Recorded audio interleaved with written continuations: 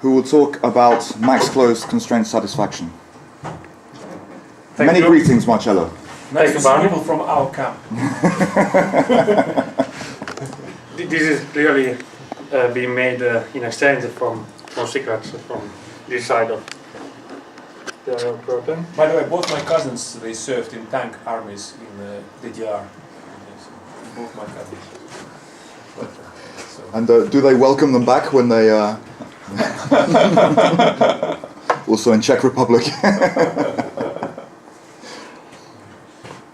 So, this talk is going to be about max closed constraint satisfaction. So, constraint satisfaction problems on semilinear sets which are max closed. All these words will be defined shortly. And it's a joint work with Manuel Borierski, professor in Dresden. Okay, the outline of the course is quite, the talk is quite standard. We first look at the outline and then make an introduction, some motivation results, and finally, if there is time, examples and proof. Otherwise, we will skip them. So, a constraint satisfaction problem, for the sake of this talk, is defined or specified by a domain, which is just a set, and a set of relations defined over powers of this domain. So, let's look at the example, then we go on with the definition. For example, the domain might be the rational numbers, and the set of relations might be all affine subspaces of the rational numbers. Once you have the template, the specification of a CSP, you can make many instances, and an instance is just a finite set of requirements that asks whether one can assign values to some variables from the domain in such a way as to satisfy certain relations which are expressed in the language which has been fixed. For instance, in our example, a generic instance is just a system of linear equations. Okay? But here, I mean, because you don't bound D, so basically you can have infinite relation. I mean, yeah. So and so you can have an infinite system of linear equations. no, Do you allow that? each instance is finite. So each instance is a finite set of constraints. Okay.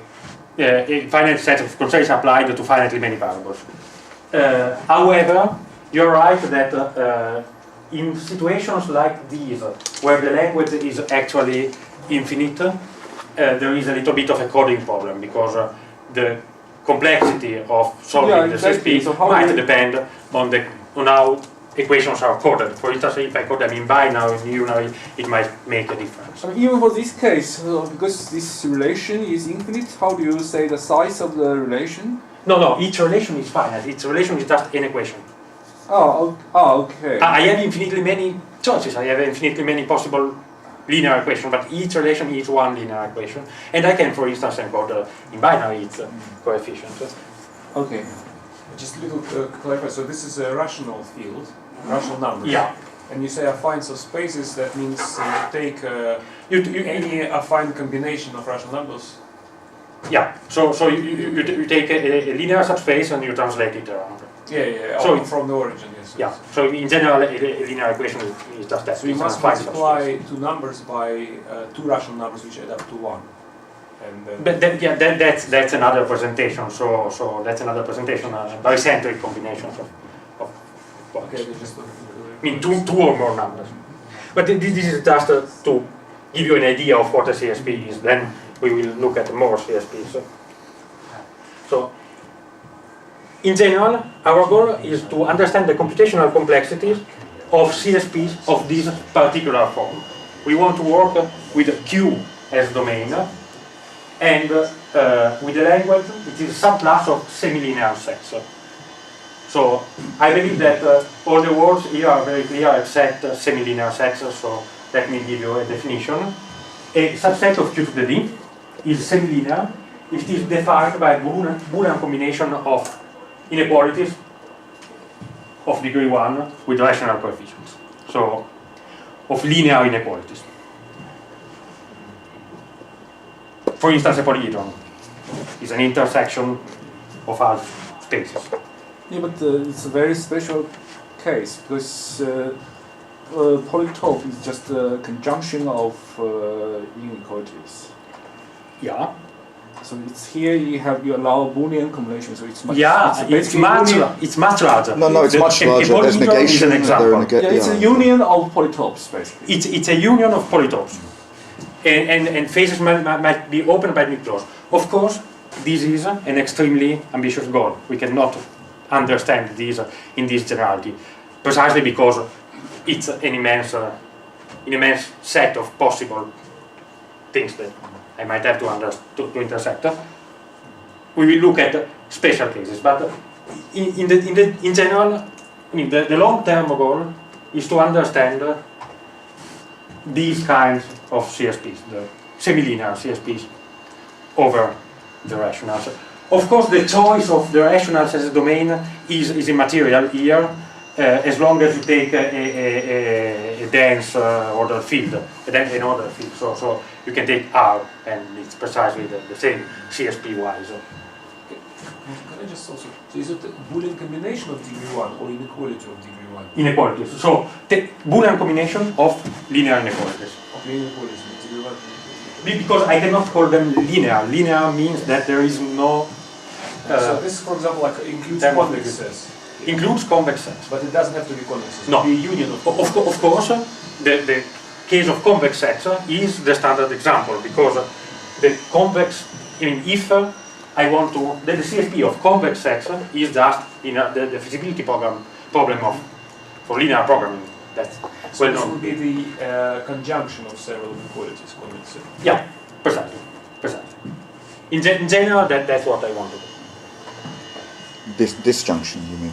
No, Conjunction. conjunction. It means union. Intersection. Intersection of convex of is several convex. half space. So convex set is Union. is an intersection of several half spaces. Yeah, and this is in general union of convex sets. Intersection. Union, Union, because you because can if have you intersect non-convex convex, sets. you get convex. It's a union of intersections of half spaces. Yeah. Union of intersection of half spaces. Intersections of half spaces gives you a polytope, or polyhedron in general. Then, I mean, you have a union of such objects. Okay, so I'm just coming from convex analysis. And in convex analysis, the convex set is an intersection of half spaces. Yes, Yeah. it is, yes. Yeah. And here it's just a generic semi-linear set, so it's a union of convex components. Yeah, it's not But convex. union of convex sets doesn't have to be convex. Yeah. No, We don't want to. So Okay, so the convex case is, as is shown in the slide, in the following slide, the linear program feasibility problem. So if you restrict the language to affine half spaces, and then of course you get intersections, because the intersections are for free. You just can, in the input you can have many constraints and the intersection. If you restrict the language to convex to convex sets, the problem that you get is known to be in P. I mean, it's a very famous and very important result, and it's a linear program feasibility problem. Actually, these convex sets are kind of maximally tractable.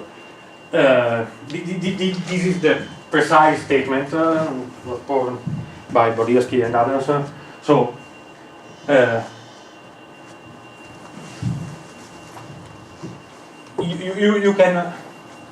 you can extend convex sets a little bit by these essentially convex sets. So a set is essentially convex when in the segment between 2 points you have finitely many points not in the set. So it's convex up to finitely many exceptions.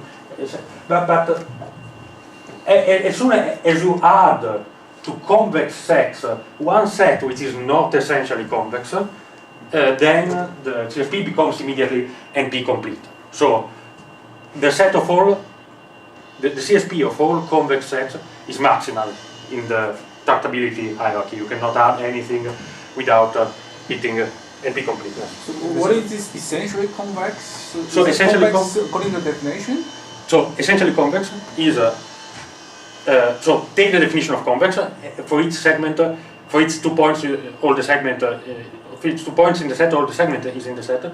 Well, ask that for each 2 points in the set, all the segment except at most finitely many exception is in the set. So there might be finitely many points which are finitely many small also. Okay. And essentially you intersect, essentially you run the algorithm for the convex case.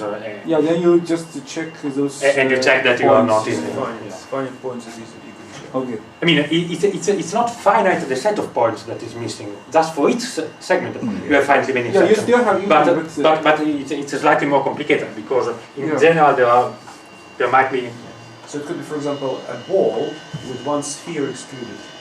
It could be like that, but it must be semilinear. Yeah, but this means That's not semilinear. can't be ball.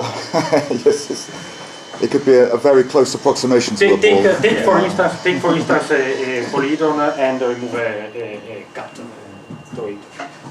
But if you remove a cut, then you can put points. Okay, because they are removed. Okay, they are so removed, any intersection will have 1 point missing. Yes. Precisely, that's the point. Or finally many cuts. So, anyway, we are not going to work with the convex case because it's done and there is nothing that I can add to that. Well, observation, that's very trivial. A semilinear set is convex when it is preserved by taking the midpoint. So if you have 2 points, you have the midpoint. That's in general not, but for semilinear, for semilinear it's equivalent. Now, a function like this, I mean, a preservation law that that preserves the constraint language in constraint satisfaction. Constraint satisfaction people call this thing a polymorphism of the constraint language, and it so happens that it is conjectured that for finite domain CSP, the existence of such things implies tractability of the CSP. So the idea is, why not to check something like that for infinite domain CSP? So let's take another polymorphism, nice polymorphism. Consider the set of semilinear sets closed under this polymorphism, and hope that its CSP is tractable. So even in the finite domain case, there are particular polymorphisms so that if you don't have them, you know you are NP hard. So if you could prove that with them you are tractable, you solve the whole problem. You prove that the polymorphisms exactly control the complexity in that sense. So. And I was looking at this definition also now.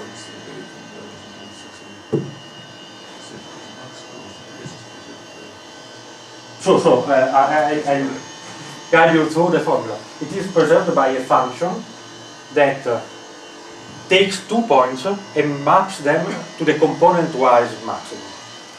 So there is an order there. There must be an order. On Q, there is an order. Q is the set of rational numbers. So you can order it different ways. But I take I'm an old-style mathematician and I take the old-style order on Q. The component-wise maximum. You could invert the order if you like, it wouldn't matter. You could invert it.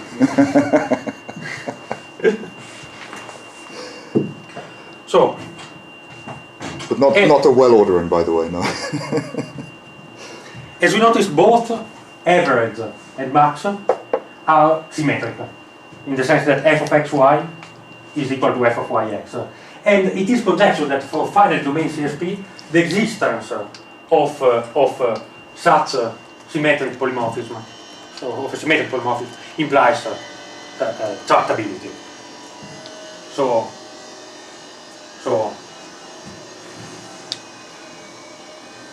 hopefully we have max closed CSPs are tractable, hopefully. So the thing that you think preserved, when you apply it to a set, set defines so the constraints define a subset, and then that set is preserved by some morphism. Yeah. Even a relation So is preserved, and it's preserved component-wise. So take the example of convex. Convex, if I have a convex set, when I take 2 points in them and I map them, to the midpoint, that's still in the set. So let's look at semilinear sets with this property, that when I take 2 points in such a set, and I make the component-wise maximum, that component-wise maximum is still in the set. See, that's the second most reasonable polymorphism to consider after midpoint, in some sense. Do you consider so-called star sets? No, it's not a star set, because a star set It doesn't have to be convex. It So doesn't. there's a point from which every ray. Yeah. say, This is definitely not of these. I mean, you can find these are two independent concepts, right? But the convex set is a star set with respect to any point. Yeah, It is not the definition of convex set. yeah. It's a star with respect to any point. Any point is a center. That's like, this looks very much like a constraint that defines convexity. No, Max no, is no, it's also- very strong, this Max, You- very strong. I mean, we will see examples later. It is independent from convexity. You can build things which are very very much non-convex and still max closed, and vice versa.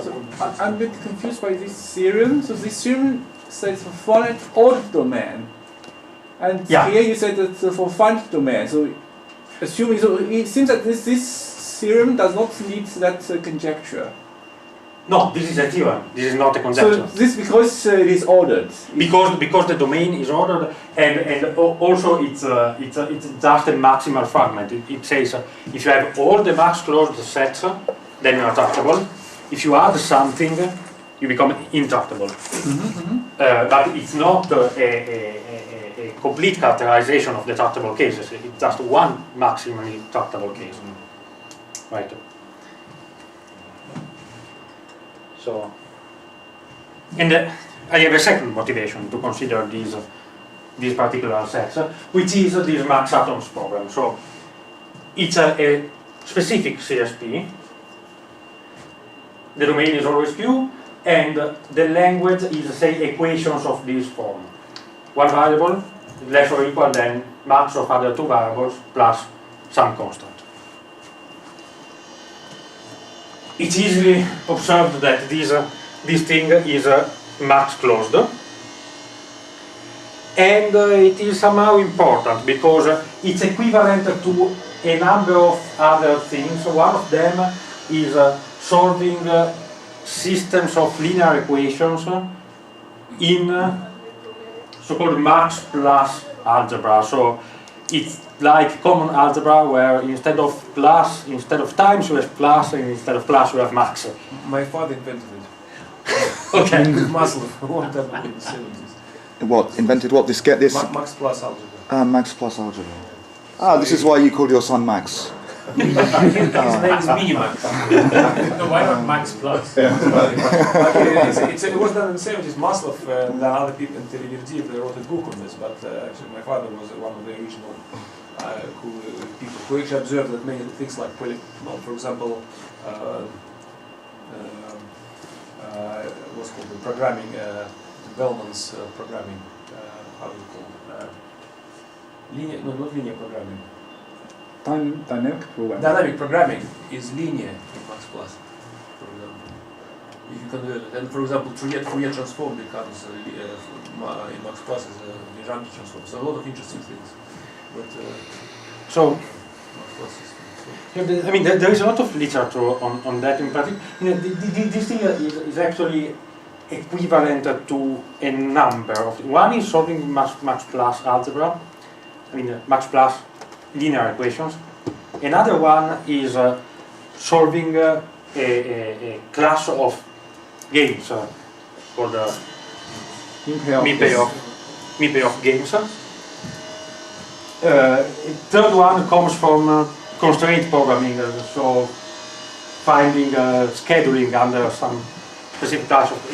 It's equivalent to a number of things. And no polynomial time algorithm is known since a lot of time because, for instance, max plus algebra is very old, so. Yet this problem is in NP intersected co-NP. So this is kind of our reasonable lower bound. we really don't want to put the CSP of max closed sets below NP because that would be solving a all the difficult problem. Yet there are efficient algorithms to solve this. So what are our results? First of all, if we want to feed these max closed sets to a computer, it's nice to have a finite description of them. Otherwise, feeding them to a computer would mean to make an arbitrary choice of an encoding, and different encodings might produce different complexity classes. It's not. On the other hand, it's quite clear that once you have a finite generating set, where finite generating set, I mean a finite set of constraints such that each max closed constraint can be represented using this and possibly additional variables. So possibly some dummy variable. So what are these? These are inequalities involving 1, 2, 3. So this is the constraint x is 1. This is the constraint x is minus 1. This is the constraint, the set of all the pairs x, y such that x is less than y, and so on and so forth. I mean, these are, I listed them in order of dimension. 1 dimension, 2 dimension, 3 dimension. So products means that they just take product entry-wise from... Product means Cartesian product. So if you have set x and set, so it's product means putting the constraints together, two independent sets of constraints. I see. Intersections means intersections, asking the same constraints on the same set of two different sets of constraints on the same set. And projections means adding dummy variables. So if you, for instance, project, if you add to this constraint x less or equals y plus z, the constraint y equals z, and you project on the variable y and x, you get x less or equal to y, because z becomes a mute variable. So these are all, these 6 constraints are all? These 6 constraints are all you need to generate all of them. It's not important which particular constraint you choose, because once you have a finite generating set, it's easy to see that all finite generating sets have the same computational complexity. So once you have one, the problem has a kind of a intrinsic complexity, which is the complexity of the CSP in the language of any finite generating set. Yeah, but this is your theory. This is mine and of my supervisor, Manuel Borges. This is one of our theorems. I have to introduce here a second theorem on a second class of sets, unfortunately, which are called topically convex. These have been studied in topical geometry, and essentially a set is topically convex when it is max closed, and moreover it's preserved by making translations along the big diagonal of the space. So the idea is that if you think of these things being preserved under translations in the max plus algebra constraint, in the max plus algebra setting, this is being a projective set, because plus in the array styles. So This is like a ray. Cone. It's like a cone, it's a ray, it's a projective set. So those are the max closed projective sets, if you want, and they are called topically convex by topical geometry people. There is a similar theorem for them, which says that topically convex semilinear sets are generated by some finite set.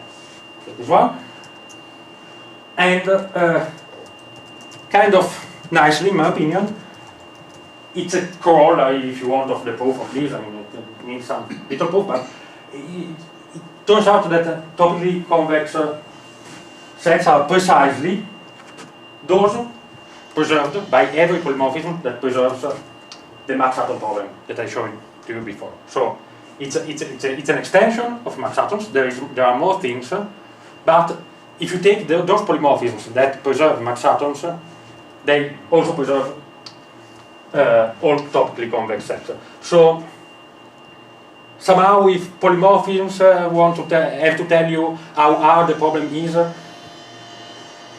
the CSP of topically convex sets must be as hard as max atoms. So, is the CSP of max closed linear sets and be intersected co-MP? That's the question that we want to answer. We don't know, unfortunately. However, the CSP of topically convex semilinear sets is indeed in NP intersected co-MP. So, I mean, this is the open question that we would like to address now, but we have a partial result for topically convex sets.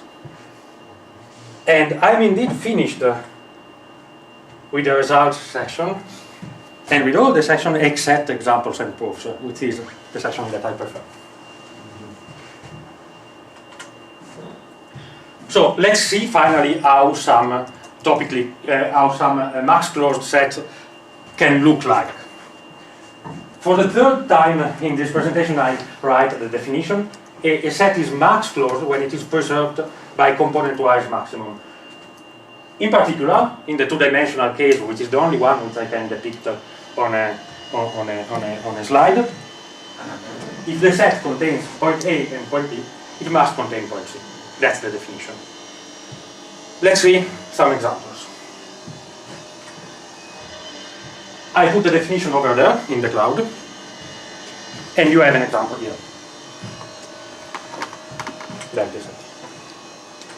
This is another example of the space. And I will keep this coloring convention. So black means in the set, white means outside of the set. For instance, this set S is an infinite half space in this direction, and that's quite clearly max closed, right? So max closed doesn't imply convexity. This is clearly max closed. It's easy to check. One has to check this diagram a few times, but it's clearly max closed. Max closedness doesn't imply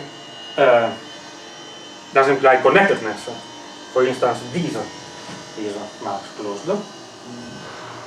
Again, one has to check the diagram a few times, but you are easily convinced, I believe. I'm very easily convinced. But I wasn't talking about this. You're easily convinced of that. I should have said that. I'm sorry for the triviality of my examples, but sometimes it's nice to start with something easy. Let's see something that is not max closed. For instance, if I take this wedge and I move it a little bit to the right, it's clear that this set is not max closed anymore, right? Because there is a counterexample. So we did non-convex, we did non-connected. We might do bounded. A bounded max closed set is very easy to find. A more complicated bounded max closed set can always be obtained, for instance, by intersecting something that we already had, because max closedness is a closure property. So an intersection of max closed sets must be max closed. This is just apparently complicated, but we can also have produced really complicated examples. Of course, if you want to check that this thing is max closed, you might need to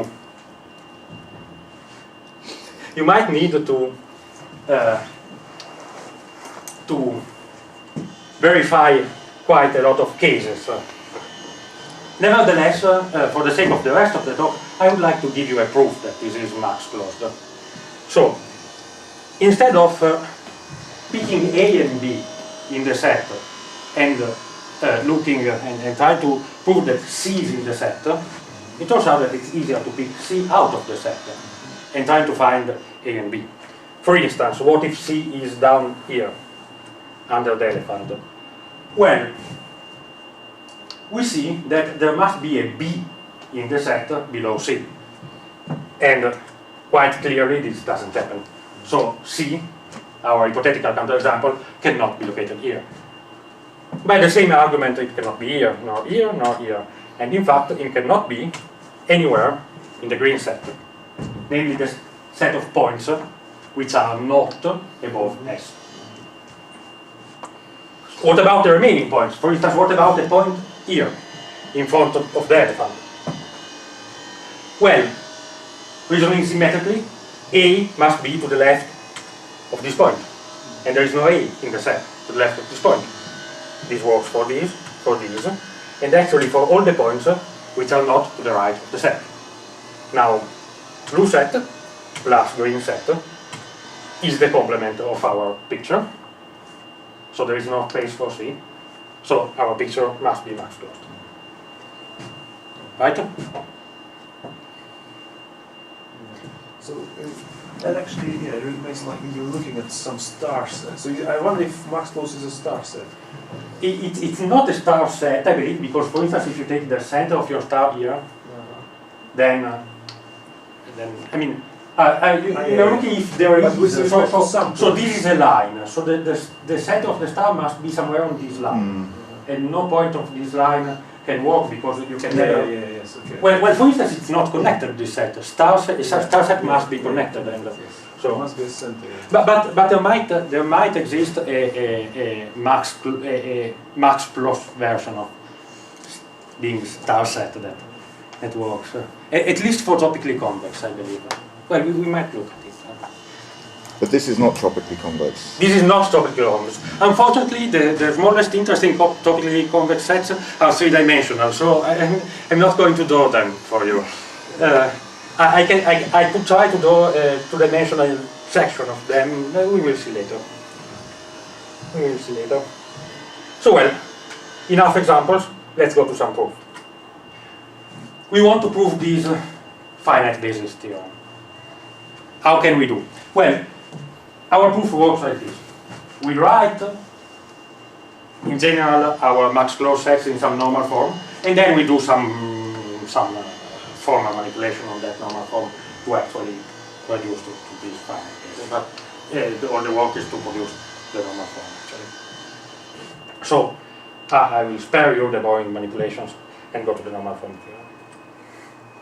The normal form works like this. Don't try to read the formula.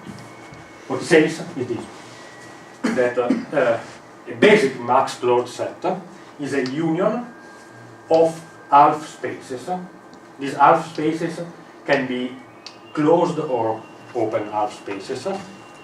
And there is a funny condition on the signs of the coefficients. And the condition is this: that all the coefficients are positive, except at most those of one variable. So in the union, at most the coefficient of one of the variable, at most all the coefficients of one of the variable can be negative. Okay, it's just a technical condition, but that's what it is. The proposition is that if S is max closed and semilinear, then S is an intersection of these basic max closed sets. Again, we are not able to prove this, so we prove a special case first of all. That of closed, topologically closed, max closed sets. So a basic closed max closed set is just the same thing as above, but with closed half spaces. And the proposition is that if S is max closed and topologically closed, then it is an intersection of these basic sets. Well, the proof, you already know it. What we just did, we took the complement of our set, here the over bar above the mouse means complement of the mouse, and we split it into a green set and a blue set. Then we can take this green set and cut it vertically, or the same for the blue set horizontally, into open sets. Of course, we need to arrange for a little bit of overlap on the cuts to make them open. It's a bit technical, but this is not an obstacle. Each of them is going to be an open convex set, so it's an intersection of open half spaces. In the end, we wrote our mouse, or the complement of our mouse, as a union of intersection of open half spaces. Namely, we wrote the mouse as an intersection of union of closed half spaces. Well, that's just CNF, there isn't much in there. What about the condition on the signs? That's the important part of the theorem. Well, if you follow this decomposition procedure, that condition will be satisfied automatically. So it works. It works without any need to actually enforce it. This is the proof of the closed case, but what is really nice for me is the proof of the general case. So it might seem that the general case can be proven in a similar way. After all, it's a decomposition thing. But if one tries to do it, I don't know. For me, it becomes unbearably complicated. The details are not. I wouldn't say that no one can do it, but it's not easy to do. We can deduce the general case from the closed case in a nice fashion. So that's the strategy. We take our S max-closed semilinear set and we look at it into a non-Archimedean extension of the field of the rationals. So we take the field of the rationals and we add to it some infinitesimal. Any non-Archimedean extension will do in this situation. So you can, for instance, take Q, add formally an infinitesimal epsilon, and do fractions with epsilon in them. Or you can take a formal power series, any one will work. Then we find a semilinear set in this funny universe, S tilde, such that when we intersect S tilde with the standard rationals, we get our standard numbers, our standard set S. And moreover, S tilde must be closed and max closed over there. This can be done always. Then we apply the closed case that we already know in this funny universe to S tilde. And, well, what can happen? Let's see an example. So, we want to write in normal form this particular max closed set. It's max closed, it's not closed, obviously, and it's kind of the easiest example that I could draw. First, we need to find